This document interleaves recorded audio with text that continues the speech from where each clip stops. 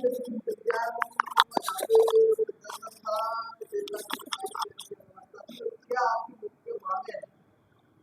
मांगे तो आपको जैसे अवगत है कि 20 तारीख से हमारा दिन प्रतिदिन ये धरना चल रहा है और ऑफलाइन और ऑनलाइन भी काम चल रहा है। इसके बाद हम सभी ग्रुपों में सूचना डालते हैं और ये गुनाई जिले तो एक माध्यम है कि हमारा पूरा 230 जो विधानसभा है उसमें सभी दिव्यांगों के माध्यम से कलेक्टर महोदय एवं विधायकों को हम जो हमारी मुख्य मांग भी हैं और जो पहल से लागू हैं उनको बारे में मात्र चेतना और जागृत कर रहे हैं। और आज जैसे कि आज ये चौथा दिन था, लगभग 5वां मान लो, ये हमारे विधायक बमोरी विधायक ऋषि अग्रवाल भैया के जान था और कल हमारा रावगढ़ रहेगा। और मांग का तो आप कहे तो देखो, जी बहन जी हमारी पढ़ी लिखी है, वो अपना स्वयं का रोजगार करते हैं, मतलब दिव्यांग नाम रखे से कोई दिव्यांग नहीं बन जाता। जैसे मेरा नाम देशराज है तो मैं देश पर राज थोड़ी कर रहा हूँ, मुझ पे खुद कुछ भूमाफिया राज कर रहे हैं, हमारी जमीन जायदाद दबा रहे हैं। आज हमारी बहन है, कहते हैं कि भैया दिव्यांग पढ़ा नहीं है, नहीं उसे नौकरी मिल जाती, जिनकी बीए फाइनल कंप्लीट है, लगभग सभी एजुकेट भी है, सब कुछ है। तो ये तो क्या है, सब किताबी ज्ञान है, भूस्थल का मैटर अलग होता है। कहते हैं धीरज धर्म मित्र और नारी आपातकाल परक उचारी। अगर ये बात वास्तव में रामायण की सही है तो इसका अंदाजा हमें आने वाला 28 तारीख को लग जाएगा, क्योंकि जो व्यक्ति हमारी मांग रखेगा उसके लिए हम तन मन धन आने वाले समय में रखेंगे। और उसके लिए देखो, कहते हैं ना कि भगवान आत्मा में वास करता है। कुछ नेताओं ने हमारे साथ झूठा हवाला देके 2022-23 में छल कपट किया था, अब मैं नाम नहीं लूंगा, उसका रिजल्ट आप देख सकते हो, चाहे वो कितनी बड़ी पार्टी से हो, उसे बचाने वाला कोई नहीं बचा। तो क्योंकि हमारी आत्मा परमात्मा पे वास करती है। और आज हम ये दिल से कह रहे हैं, जो हमको देखेगा, जो हमको समझेगा, हम उसके साथ रहेंगे। क्योंकि दिव्यांग के घर में 5 लोग लगभग रहते हैं और 17 लाख दिव्यांग मध्य प्रदेश में, 17 प्लस आप अगर आप 5 भी करोगे तो 81 और 85 लाख और 1 करोड़ की जनसंख्या दिव्यांगन की हो रही है। आज हम जनमानस के साथ एक कंधे से कंधा मिला के चुनाव और सब में साथ रहते, वही हम बहिष्कार करेंगे। और जो बाकी के विधायक हमको आश्वासन दे रहे हैं, कलेक्टर महोदय आश्वासन दे रहे हैं, सब दे रहे हैं, इनको हमको सबको 28 तारीख से पता पड़ जाएगा कि वास्तव में ये हमारे साथ है कि नहीं। क्योंकि आज का जमाना डिजिटल जमाना है, आजकल हम टीवी और इनमें देखेंगे कौन हमारी बात उठा रहा है, कौन नहीं उठा रहा है।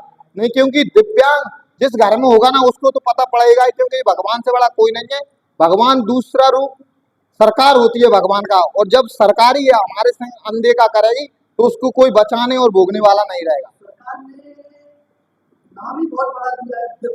देखो सर, किसी का नाम, मैंने आपसे बोला कि किसी का नाम राजा रखने से वो राजा नहीं हो जाता।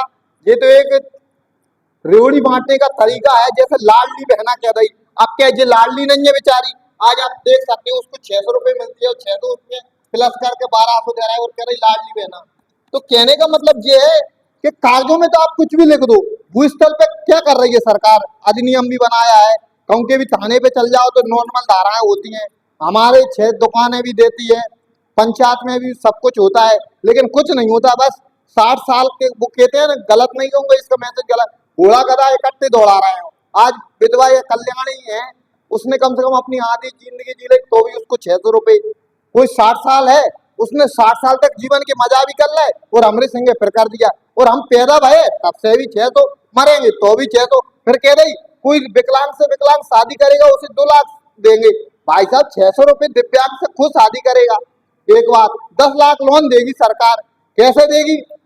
बैंक वाले, मेरे पास सबरे डॉक्यूमेंट है, बैंक वाले भगा देते हैं कि भाई साहब सरकार का काम है भौंकना और हमारा काम है देना, आप कहाँ से पटाओगे? ये स्पष्ट मुझसे बैंक वालों ने बोला। तो कहने का मतलब कागजों में करने से कुछ नहीं होता, ऊपर वाले से ना कोई बचा और ना बचेगा। आजकल डिजिटल जमाना है, हमें भगवान ने कुछ कर्म करे होंगे, हमें दिव्यांग करा है।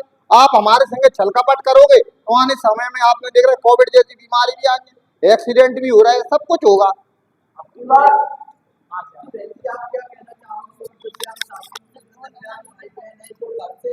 बाहर निकलने के लिए मजबूर नहीं है, दिव्यांग भाई बहनों को आप क्या कहना चाहिए? आपसे इस बात में चलना चाहिए, परिवार में चलना चाहिए?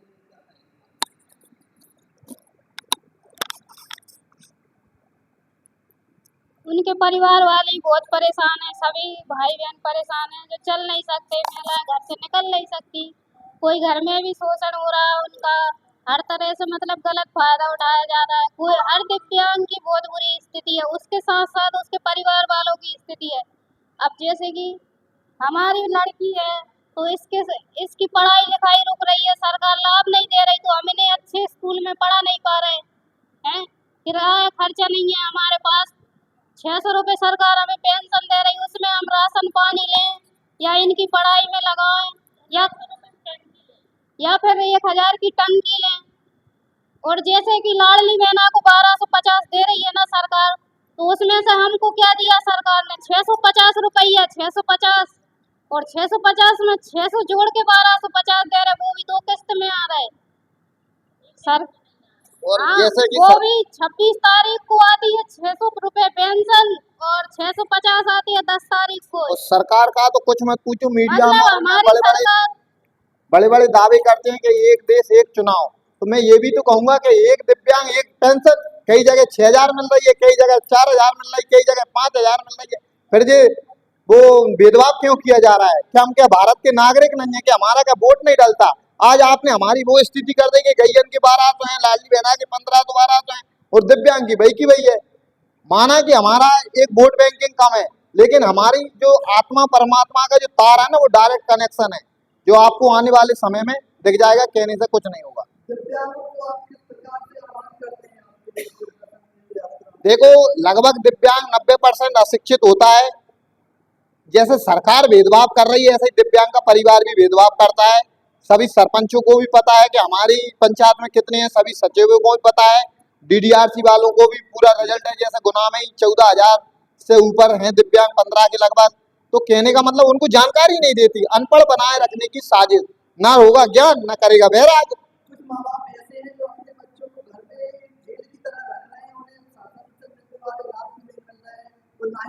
मैं ये कह रहा हूँ, शासन प्रशासन सर्वे कराए, दिव्यांग से झूठ बोल के दस्तखत करा लिए जाते हैं, दिव्यांग को आगे रख के अपना भुट्टा सेक लिया जाता है, और दिव्यांग के संग शोषण हो रहा है। और उन्हें पता भी है कि वो दिव्यांग का जाएगा, थाने कचहरी भी जाएगा, जैसे धारा 92 91 है, तो उसका कोई मैटर नहीं है, क्योंकि भाई पहले कौन आ जाएगा, एक वो आ रहा है तो कोई सुनवाई नहीं है। ऐसे मेरे पास प्रूफ के साथ कई रिजल्ट है। पहले एक बार सर्वे तो करे, जिसके घर में 4 भैया हैं और उसमें अगर एक दिव्यांग है, तो उस दिव्यांग का अस्तित्व खत्म है। कुछ लोग शर्म से नहीं कह पाते, और कुछ लोग ये कहते हैं कि लड़के जाएंगे तो कहाँ आने, तो घर पे ही है, क्योंकि पत्थर कितना ही हवा में उछले, एक दिन गिरना तो नीचे ही है। ऐसे ही शासन प्रशासन है। आज आपका पद है, आपके पास शोहरत है, सब कुछ है, एक दिन अगर आपने हमारी नहीं सुनी तो आओगे भी नीचे। हमने सब जगह ज्ञापन दे चुके, जो हमारे लायक था और जो करना था वो देख लिया, क्योंकि ऊपर वाली का कैमरा जो ऑनलाइन चलता है 24 घंटे, तो वो सब देख रहा है। बस हम तो यही चाहेंगे कि जो वास्तव में हमारे लिए सहानुभूति प्रकट कर रहे हैं, वो उनका अंदाज हमें 28 तारीख के बाद लग जाएगा कि वास्तव में वो हमारे साथ हैं, कि एक सिक्के के 2 ही पहलू हैं। धन्यवाद।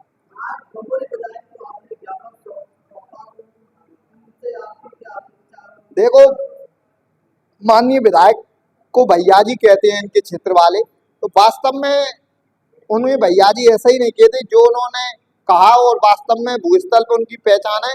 वो पहले नंबर जन सेवा, नारायण सेवा समझते हैं, बाकी बात पार्टी को लेकर चलते हैं।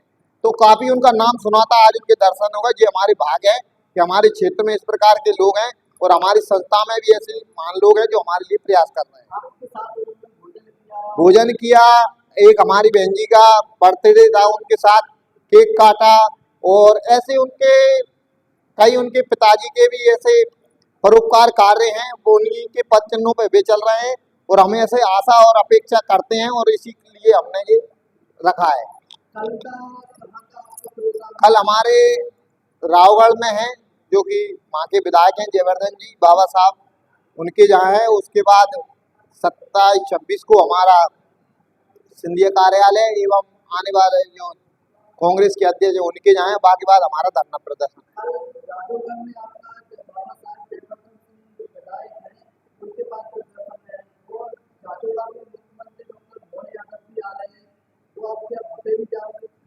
देखो, बगैर बुलाए तो कोई भगवान के भी नहीं जाए। अगर वे वास्तव में हमारी पीड़ा समझेंगे तो उनका मैसेज है, अगर उन्हें करना ही है तो उनका तो बाएं हाथ का, जब रात भर में नोटबंदी हो सकती है तो क्या नहीं हो सकता। और नहीं करेंगे तो हम हमारा जो श्रमबाई श्रम काम कर रहे हैं वो करते रहेंगे, बाकी वो क्रमबाई कर्म उनका होगा वो होता रहेगा। मैं दिव्यांगों को यही मैसेज देना चाहूंगा कि ये भारत भूमि बलिदानों की भूमि है। आज हम युद्ध के पैगाम नहीं भेजे जाते, मात्र एक मैसेज दिया जाता है। आज जो हम कर रहे हैं हमारी आने वाली पीढ़ी इस प्रकार की धारणा न से, क्योंकि देखो जब देश आजाद हुआ था तो महात्मा गांधी से लेकर चंद्रशेखर आजाद, भगत सिंह ने बलिदान दिया था। हो सकता है उनकी भावनाओं को आगे रखते हुए आज हमारे बीच में देवेंद्र सर जैसे महारथी और बड़े बड़े मलकान भाई साहब जो अपना खुद का बलिदान देने के लिए तत्पर हैं, अगर उनकी मांग नहीं सुनी गई तो ऐसा सुनने में आ रहा है कि वो अपना जीवन खत्म कर देंगे अगर दिव्यांगों के प्रति। तो ऐसी महान हस्तियों अगर हमारे साथ है तो हम आने वाली पीढ़ी के लिए करेंगे, क्योंकि कहा जाता है जो आम लगाता है उसके फल आने वाले बच्चे खाते हैं। मेरा नाम देशराज सिंह राजपूत। जन्मदिन हमारी ये बहन शांति बिलाला जी, जो कि बोलती भले नहीं है लेकिन इनकी कलम में काफी ताकत है। और